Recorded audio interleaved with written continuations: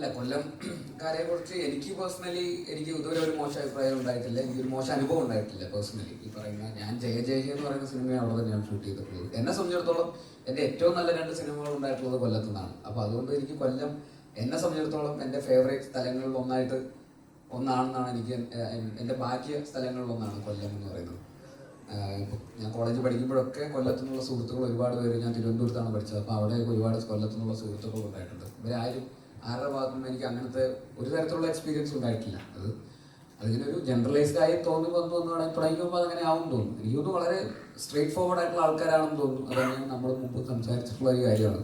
നേരെ പോ എന്നുള്ളത് തന്നെയാണ്. അപ്പോൾ അതിൽ ചിലപ്പോൾ ആർക്കെങ്കിലും ചിലപ്പോൾ അത് ക്യാരക്ടറിൻ്റെ ഭാഗമായിട്ട് വരുമ്പോൾ ആൾക്കാർക്ക് ചിലപ്പോൾ ബുദ്ധിമുട്ടായി തോന്നുകൊണ്ടായിരിക്കാം. ഞങ്ങളെ സംബന്ധിച്ചിടത്തോളം ഞങ്ങൾക്ക് ഈ പറയുന്ന ഷൂട്ടിങ്ങിൻ്റെ ഇടയിലൊക്കെ കക്കയിറച്ചി ഒക്കെ കൊണ്ടുതരും. ഞങ്ങളെല്ലാവരും ഒരുമിച്ച് ഇരുന്ന് കഴിക്കും.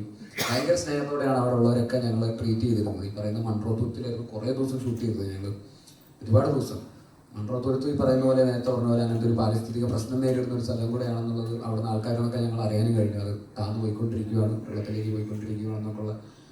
പക്ഷെ മനോഹരമായിട്ടുള്ള സ്ഥലമാണ്. ഇത്രയും ബ്യൂട്ടിഫുൾ ആയിട്ടുള്ള ഒരു സ്ഥലം കേരളത്തിൽ തന്നെ one of the best places ആണ്. അത് ഇന്റർനാഷണൽ ക്വാളിറ്റിയാണ് ആ സ്ഥലത്തിൻ്റെ ടൂറിസത്തിന്. അതുകൊണ്ടാണ് ഏറ്റവും കൂടുതൽ വിദേശികൾ അവിടെ ടൂറിസത്തിനായിട്ട് വരുന്നതെന്ന് തോന്നുന്നു. ഈ ഷൂട്ടിങ് കഴിഞ്ഞിട്ട് ഞാൻ പിന്നെയും 2 പ്രാവശ്യം മൺട്രോത്തുരുത്തിൽ 2 തവണയായിട്ട് ഫാമിലിയായിട്ടും സുഹൃത്തുക്കളുടെയും കൂടെ പോയിട്ട് അവിടെ പോയി സ്റ്റേ ചെയ്ത് 2-3 ദിവസം അവിടെ നിന്നിട്ടാണ് വന്നത്. അത്രയും മനോഹരമായിട്ടുള്ള ഒരു സ്ഥലമാണ് മൺട്രോത്തുരുത്ത് എന്ന് പറയുന്നത്. ഈ പറയുന്ന ആ വില്ലേജ് ടൂറിസവും രാവിലെ ഏർലി മോർണിംഗ്, നട്ടപ്ര വെയിലത്ത് പോയി നടന്നിട്ട് കാര്യമില്ല.